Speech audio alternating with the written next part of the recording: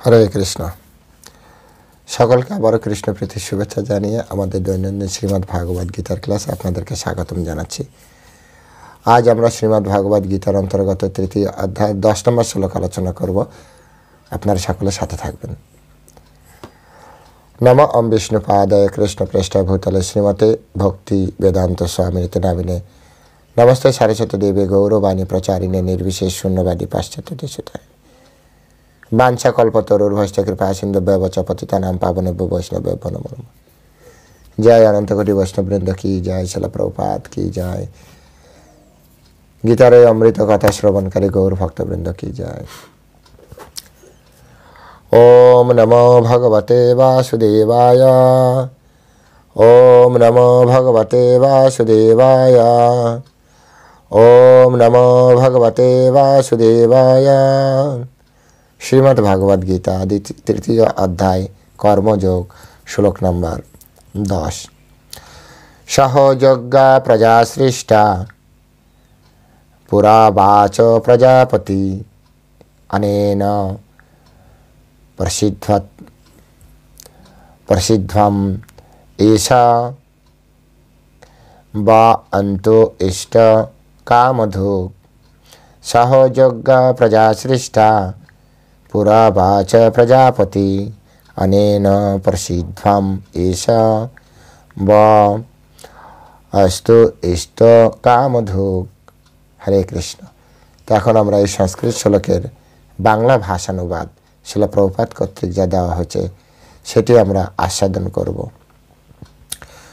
সৃষ্টির প্রারম্ভে সৃষ্টিকর্তা যজ্ঞাদি সহ প্রজা সকল সৃষ্টি করে বলেছিলেন, এই যজ্ঞের দ্বারা তোমরা উত্তরোত্তর সমৃদ্ধ হও।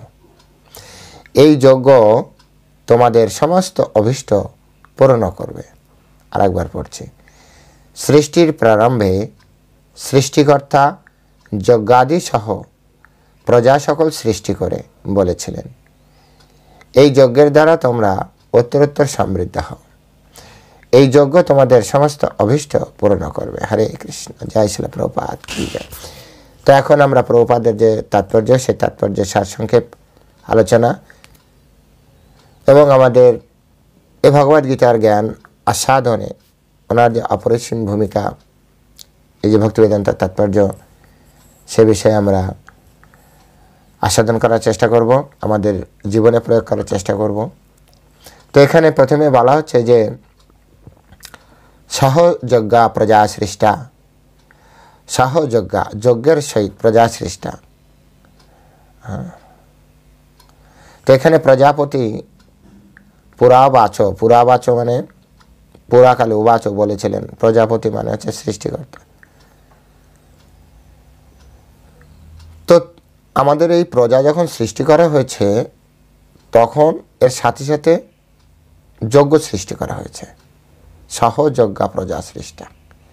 আমাদের এর আগের শ্লোকে যেমন বললো না, যজ্ঞ অর্থাৎ কর্ম না, ফোর্সফুলি বলছে তোমাকে যজ্ঞই করতে হবে। তো সাধারণ আমরা স্বাধীন চেতা ব্যক্তি আমরা বলতে পারি কেন আমি যজ্ঞ করব। তো সহযজ্ঞা প্রজা, এই যে যজ্ঞার্থাৎ কর্ম না, এটাকে আরও বেশি স্ট্রং পজিশন দিচ্ছে। হ্যাঁ, আরও বেশি এর যে ভিত্তি স্ট্রং করছে সেটা হচ্ছে সহযজ্ঞা প্রজা সৃষ্টা। প্রত্যেকটা শ্লোক কতটা কানেক্টেড দেখেছেন, একটা একটার সাথে কানেক্টেড। আপনি প্রশ্ন করতেই পারেন, এর আগের শ্লোকে যজ্ঞ অর্থাৎ কর্ম না, যজ্ঞের নিমিত্ত কর্ম করো। আপনি প্রশ্ন করতে পারেন, যদি না করি, এক তো ওখানে বলেছে কর্মবন্ধন যুক্ত হবেন, কিন্তু তারপরেও যজ্ঞই করতে হবে। তো ভগবান বলছে এই কারণে যজ্ঞ করতে হবে, কারণ সহযজ্ঞা প্রজা সৃষ্টা। যবে প্রজা সৃষ্টি হয়েছে যজ্ঞের সহিতই সৃষ্টি হয়েছে, এমন নয় আগে প্রজা সৃষ্টি হয়েছে পরে যজ্ঞ, বা আগে যজ্ঞ পরে প্রজা, এরকম নয়, সাইমেন্টেনিয়াসলি উঠেছে।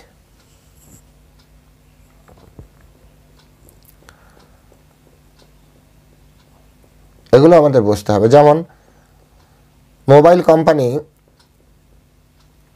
ব্যাটারি সহ মোবাইল আমাদের কাছে উপলব্ধ করাচ্ছে, এমন নয় যে আগে আপনাকে ব্যাটারি মোবাইল দিল বা আগে ব্যাটারি দিল, এরকম নয়। মোবাইল সহিত ব্যাটারি, তা নাহলে ওপেন হবে না। কত প্র্যাকটিক্যাল দেখেছেন? তো ঠিক তেমনি চলবে কিভাবে, ডিভাইসটা চলবে কিভাবে? ব্যাটারি ছাড়া ডিভাইস, ইলেকট্রিক প্রবাহ ছাড়া চলবে কি করে? ঠিক তেমনি এই যে হিউম্যান ফর্ম চলবে কি করে? সেই জন্য যজ্ঞ, এই যজ্ঞই তোমাদের সমস্ত অভীষ্ট পূর্ণ করবে। অভীষ্ট নাকি আমাদের কিছু যা দরকার, এই শরীরটা যে চলবে, কিভাবে চলবে? যজ্ঞের দ্বারা। এই জন্য তার আগের শ্লোকে বলেছে স্ট্রংলি, যজ্ঞ অর্থাৎ কর্ম না, কর্ম করবে, যজ্ঞের জন্য কর্ম, যজ্ঞ নিমিত্ত কর্ম করো। তো এটা নিশ্চিত বুঝতে পেরেছেন যে আমাদের সমস্ত প্রজার জন্ম হয়েছে যজ্ঞের সহিত। এই কারণে আমাদের যজ্ঞ করাই একমাত্র কর্তব্য। যারা এটা বুঝতে পেরেছেন তাদের জন্য খুব সহজ হয়ে গেল। তো শিলা প্রভুপাদ এই বিষয়ে আরো সুন্দরভাবে বলছেন, ভগবান শ্রী বিষ্ণুর এই জড়জগৎ সৃষ্টি করে মায়াবদ্ধ জীবদের ভগবত ধামে ফিরে যাওয়ার সুযোগ করে দিয়েছেন। একবার এই জগতে তো এসে পড়েছি, তো এই জগৎ থেকে আমাদের ভগবত ধামে যেতে হবে। তো আবার তো যাওয়ার যে একটা সুযোগ, সেই সুযোগটা হচ্ছে যজ্ঞ। পরমেশ্বর ভগবান শ্রীকৃষ্ণের সঙ্গে তাদের যে নিত্য সম্পর্ক রয়েছে এই জড়জগতের মানুষের, সেই সম্পর্কের কথা ভুলে যাওয়ার ফলেই জীব সকলে এই জড়া প্রকৃতিতে পতিত হয়ে জড়বন্ধনের দ্বারা আবদ্ধ হয়ে পড়েছে। আমরা জড়বন্ধনে কেন আবদ্ধ হয়েছি? কারণ আমরা কৃষ্ণকে ভুলে গিয়েছি। চৈতন্য চরিতামৃতে এই বিষয়ে প্রসিদ্ধ শ্লোক রয়েছে, কৃষ্ণ ভুলি যেই জীব অনাদি বহির্মুখ, অতএব মায়া তারে দেয় সংসার দুঃখ। এই সংসারে যে আমরা দুঃখ কষ্ট পাচ্ছি, এই সংসারে যে আমরা এসে পড়েছি, এর পেছনের কারণ হচ্ছে কৃষ্ণ ভুলি যেই জীব, কৃষ্ণকে ভুলে যাওয়ার ফলে। যারা কৃষ্ণকে সবসময় অন্তরে রাখে তারা এই জড়জগতে এক তো আসে না, আর যখন এই চেতনায় অধিষ্ঠিত হয় যে কৃষ্ণকে আর ভোলে না, সেই জড়জগতে আর বেশিক্ষণ থাকে না। যদি থাকে তাহলে তিনি প্রভুপাদের মতো কিছু বিশেষ কর্ম সম্পাদনের জন্য কৃষ্ণের নির্দেশে থাকে, কৃষ্ণের নির্দেশ পালনের জন্য থাকে। তাই আমরা এই জড়জগতে এসেছি, এটা হচ্ছে আমরা কৃষ্ণকে ভুলে গিয়েছি, কৃষ্ণকে আমরা ভুলে গিয়েছি। তাই কৃষ্ণকে ভুলে যাওয়ার ফলে জড়জগতে এসে পড়লাম, কিন্তু কৃষ্ণ সারা সবসময় আমরা যে জড়জগতে থাকি কৃষ্ণ এটি চায় না। যেহেতু কৃষ্ণ এটি চায় না, তাই কৃষ্ণ এই জড়জগৎ থেকে বেরোনোর যে পন্থা, সেই পন্থা বা একটা সুযোগ তিনি দিয়েছেন, সেই সুযোগটি হচ্ছে যজ্ঞ। সেই সুযোগটি হচ্ছে যজ্ঞ। আমাদেরকে এটা খুব সুন্দরভাবে বোঝার চেষ্টা করতে হবে। এখন এই যে যজ্ঞ, এই যজ্ঞের বিধান কোথায় দেওয়া থাকে? বেদে। বেদের মধ্যে সমস্ত যজ্ঞের বিধান দেওয়া আছে। যারা ভগবদ গীতা সহ বেদ পড়েন, অর্থাৎ শাস্ত্র তত্ত্ববিদ্তা, তারা জানেন বেদের মূল উদ্দেশ্য কি। ভগবদ গীতায় ভগবান বলেছেন, বেদশ্চ সর্বম অহম এব বেদ্য। বেদের যে গাতব্য বিষয়, বেদের গাতব্য বিষয় হচ্ছে পরমেশ্বর ভগবান।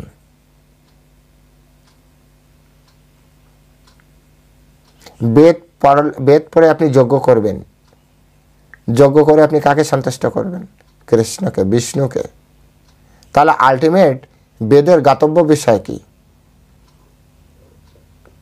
বিষ্ণুকে সন্তুষ্ট করা। এই জন্য ভগবদ গীতায় কৃষ্ণ নিজে বললেন, বেদশ্চ সর্বম অহম এব বেদ্য। বেদের গাতব্য বিষয় হচ্ছে পরমেশ্বর ভগবান নিজে স্বয়ং। তাই বেদের উদ্দেশ্য হচ্ছে তাকে জানা, কৃষ্ণকে জানা। তাই যজ্ঞের উদ্দেশ্য হচ্ছে যজ্ঞ বৈ বিষ্ণু, বিষ্ণুর পৃথিবী ধারণের জন্য। তাই বৈদিক মন্ত্রে বলা হয়েছে পতিম বিশ্বাস্য আত্মেশ্বরম। তাই সমস্ত জীবের ঈশ্বর হচ্ছেন ভগবান শ্রী বিষ্ণু। তিনি হচ্ছেন সমস্ত জীবের পতি বা ঈশ্বর। বিশ্বাস্য আত্মেশ্বরম। তো সবভাবে দেখতে গেলেই পরমেশ্বর ভগবান শ্রীকৃষ্ণ তিনি হচ্ছেন পরমেশ্বর। তাকে সন্তুষ্ট করাই হচ্ছে যজ্ঞ। যে কর্ম আমাদের করা উচিত সে কর্ম যজ্ঞের নিমিত্তে। আর কর্মযজ্ঞ এই কারণে করা উচিত, যদি আপনি মনে করেন আপনার কর্মের সাথে যজ্ঞের সম্পর্ক বা যজ্ঞ হচ্ছে না, তাহলে আপনি ত্যাগ করবেন কিনা করবেন সেটা তো দায়ভার আপনার। কিন্তু ভগবদ গীতা অনুযায়ী বলছে অন্যত্র লোকায়াম কর্ম বন্ধন। আপনার বন্ধনের কারণ হবে এই কর্ম। এই শ্লোকে বলছে যে এই যজ্ঞের দ্বারা তোমরা উত্তরোত্তর সমৃদ্ধি হবে, যজ্ঞের দ্বারা আমাদের সমৃদ্ধি হবে। যদি যজ্ঞ না করি তাহলে আমাদের সমৃদ্ধি হবে না। বলবেন তাহলে এই যে অনেকে বাড়ি গাড়ি করছে, আগেই বলেছে এটা পারমার্থিক আলোচনা। ভৌতিক আর পারমার্থিক বিষয়ের দৃষ্টিকোণ আলাদা থাকে। ভৌতিক উন্নতি আর পারমার্থিক উন্নতির দৃষ্টিকোণ আলাদা। এটা পারমার্থিক উন্নতির কথা বলা হচ্ছে। ভৌতিক জগৎ দেখুন, ভৌতিক জগৎ আজ আছে কাল নেই। এই জগতে অনেক বড় বড় ধনী জ্ঞানী ব্যক্তি আছে যারা আজ পৃথিবীতে নেই, কিন্তু উপরে কোনো না কোনো জগতে তার অস্তিত্ব নষ্ট হয়নি। এই জগতের তার যদি পারমার্থিক কোনো বিষয় না থাকে তাহলে উপরে জগতে সে অনেক কষ্ট পাচ্ছে। বলবেন কে দেখেছে? শাস্ত্র যেভাবে বলেছে সেটাই দেখেছে। আমরা অনেকেই জেলে যাইনি, আমি পার্সোনালি কখনো যাইনি, আপনারাও যারা শুনছেন অনেকে পার্সোনালি যাননি। এখন জেলের ভিতরে অনেক কষ্টদায়ক অনেক ব্যাপার স্যাপার থাকে যেগুলো সংবিধান বা আইনের বইতে লেখা থাকে।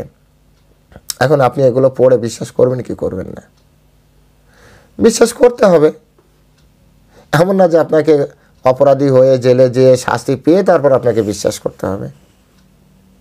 আগে ধরেন রাজারা কিভাবে অপরাধীদের শাস্তি দিত সেগুলো ইতিহাসে লেখা আছে। সেই সকল অস্ত্রেরও কিছু কিছু নিদর্শন এখন আমরা যেগুলো প্রত্নতাত্ত্বিক যারা বলে ওনাদের কাছ থেকে আমরা পাই। এখন আপনি বিশ্বাস করবেন না যে এইভাবে শাস্তি দেওয়া হতো, ঠিক একইভাবে ওটা যদি বিশ্বাস করতে হয় তাহলে এটাও বিশ্বাস করতে হবে। এই বইতে আপনি ওই বই এত বিশ্বাস করছেন, এই বইতে আপনার বিশ্বাস করতে কি সমস্যা? লজিক্যালি বুঝুন।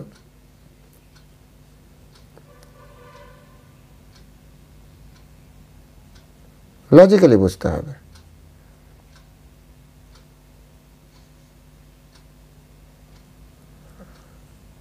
ঠিক একইভাবে আমাদের বৈদিক শাস্ত্রে বলা হচ্ছে যে ভৌতিক উন্নতির মাধ্যমে একজন ব্যক্তির এই ভৌতিক জগতে কিছু সুখ শান্তির আভাস প্রাপ্তি হতে পারে, কিন্তু পারমার্থিক উন্নতি না হলে তার এই দেহ ছাড়ার পরে অনেক কষ্ট ভোগ করতে হয়। এটাকে মেনে নেওয়া উচিত, এটাকে মেনে নেওয়া উচিত। তাই ভগবান এখানে স্পষ্ট করে আমাদের বললেন যে কেন তুমি যজ্ঞ করবে? সহযজ্ঞা প্রজা সৃষ্টা। এই কারণে আমাদের যজ্ঞ করা উচিত। তিনি এই জড়জগৎ সৃষ্টি করেছেন, পরমেশ্বর ভগবান এই জড়জগৎ সৃষ্টি করেছেন যাতে জীব যজ্ঞ অনুষ্ঠান করে তাকে সন্তুষ্ট করতে পারে। এই জড়জগৎ এত ফল ফুল এত সমৃদ্ধ কেন? ভগবানকে সন্তুষ্ট করার জন্য। ভগবানকে সন্তুষ্ট করার জন্য এই সব কিছু সৃষ্টি করেছেন। একই সাথে শিলা প্রভুপাদ তিনি স্পষ্ট করে তার বক্তব্য বলে গিয়েছেন, আমরা সেই তত্ত্বকে আমরা সম্পূর্ণরূপে বয়কট করছি। যে তত্ত্বে বলা হচ্ছে যেখান থেকে 500 বা 700 বছর আগে হয়তো বুদ্ধিমান ব্যক্তির সৃষ্টি হয়েছে, 200 বছর আগে বৈজ্ঞানিক যে শিক্ষার সৃষ্টি হয়েছে, না, আমরা এই তত্ত্ব বয়কট করছি। আমরা সেই তত্ত্বকে মেনে নিচ্ছি। আমাদের শাস্ত্রে যেভাবে বলা হচ্ছে, সৃষ্টি যেদিন থেকে সৃষ্টি করেছে একজন বুদ্ধিমান ব্যক্তি, সৃষ্টির প্রথম থেকে বুদ্ধিমান ব্যক্তি রয়েছে, সৃষ্টির প্রথম থেকেই শাস্ত্র জ্ঞান রয়েছে, জ্ঞান রয়েছে, আমরা সেই তত্ত্বকে মেনে নিচ্ছি। আর এটা 100% প্রুভড। যারা বলছে বানর থেকে মানুষ হয়েছে, তাহলে কোটি কোটি বছর হয়ে গেছে, পৃথিবীতে একটি বানরও থাকার কথা না, কিন্তু বানর এবং মানুষ সাইমেন্টেনিয়াসলি রয়েছে, পাশাপাশি এখনো রয়েছে।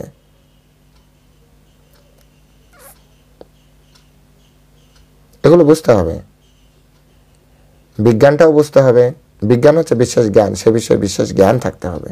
শুধু হাওয়া হাওয়া কথা বললে তো হবে না।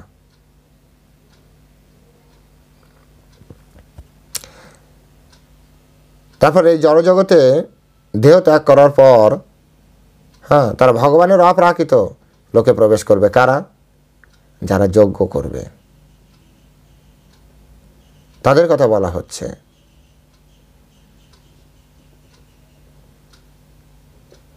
যজ্ঞ অনুষ্ঠান করার ফলে বদ্ধজীব ক্রমশ কৃষ্ণ চেতনা লাভ করে এবং সর্ববিষয়ে ভগবানের দিব্য গুণাবলী অর্জন করে।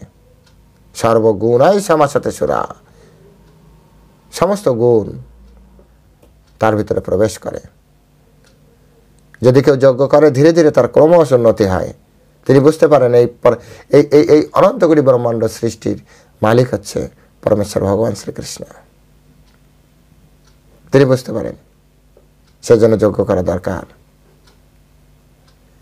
শ্রী চৈতন্য মহাপ্রভু স্বয়ং সাক্ষাৎ ভগবান কৃষ্ণ, স্বয়ং ভগবান। অনেকে মানেন না, অনেকে বলে মহাপুরুষ, অনেকে বলে বৈষ্ণব ধর্মের প্রবর্তক।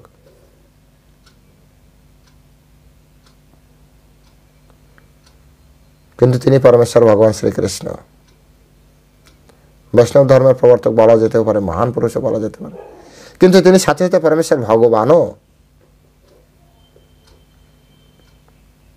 শাস্ত্র প্রমাণ,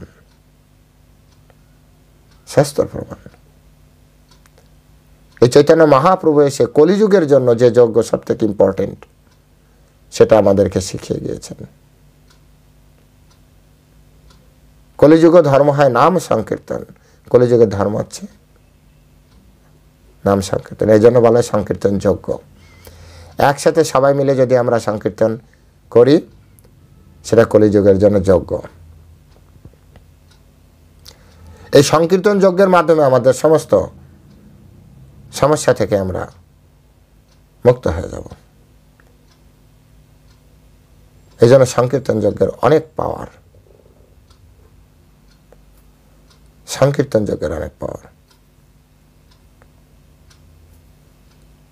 আমাদেরকে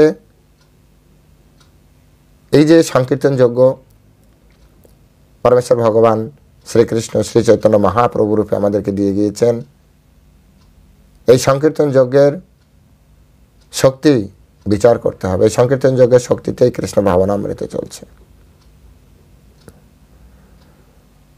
এই কলিযুগের যথেষ্ট বুদ্ধিমত্তা সম্পন্ন মনীষীরা সংকীর্তন যজ্ঞের দ্বারা পার্শ্বযুক্ত ভগবান শ্রীহরির গৌরহরির আরাধনা করবেন। এটা শাস্ত্রে বলা হচ্ছে। শ্রীমদ্ ভাগবতে কৃষ্ণ বর্ণম তিশাক কৃষ্ণম সাঙ্গোপাঙ্গ পার্ষদম যজ্ঞই সংকীর্তন প্রায় যজন্তে সুমেধাসা। সুমেধাগণ, যথেষ্ট বুদ্ধিমান ব্যক্তিরাই শুধু সংকীর্তন যজ্ঞ করবে। 5000 বছর আগে শ্রীমদ্ ভাগবত লিপিবদ্ধ হয়েছে। সৃষ্টির শুরু থেকেই শ্রীমদ্ ভাগবতম ছিল। শ্রীমদ্ ভাগবতম ছিল। বৈদিক শাস্ত্রে আর যে সমস্ত যজ্ঞের কথা বলা হয়েছে সেগুলো অনুষ্ঠান করা এই কলিযুগে সম্ভব নয়, কিন্তু যজ্ঞ আপনাকে করতেই হবে। উইদাউট যজ্ঞ কোনো কিছুই হবে না। তাই যজ্ঞ করার মাধ্যমেই ভগবানকে সন্তুষ্ট করার চেষ্টা করতে হবে।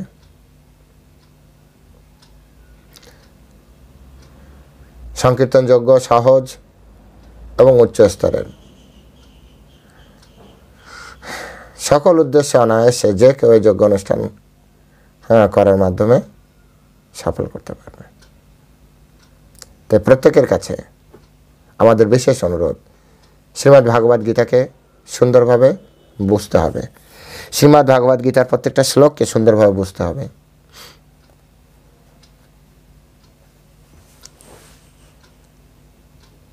অনেকে এখন বর্তমানে দেখবেন যে 3D প্রিন্টার আছে, 3D প্রিন্টার। তো আপনি প্লাস্টিকের থাকে, কম্পিউটারে আপনার ছবিটা দিতে হয়, ওটা ঘুরে ঘুরে ঘুরে ঘুরে সুন্দর একটা শেপ দেবে। দেখবেন শেপটা সেরকম হবে যেভাবে কম্পিউটারে দেওয়া আছে। ঠিক তেমনি যদি আপনার হৃদয় সত্যিকারের Gita as it is shape থাকে, আপনার সেভাবে গৌরীয় বৈষ্ণবের মতো। অনেকে বলে না, হ্যাঁ হ্যাঁ গীতা আমরা পড়ি, লোক ঠকানো, ভণ্ডামি করা। গীতা পড়লে আপনার ক্যারেক্টার গৌরীয় বৈষ্ণবের মতো হবে।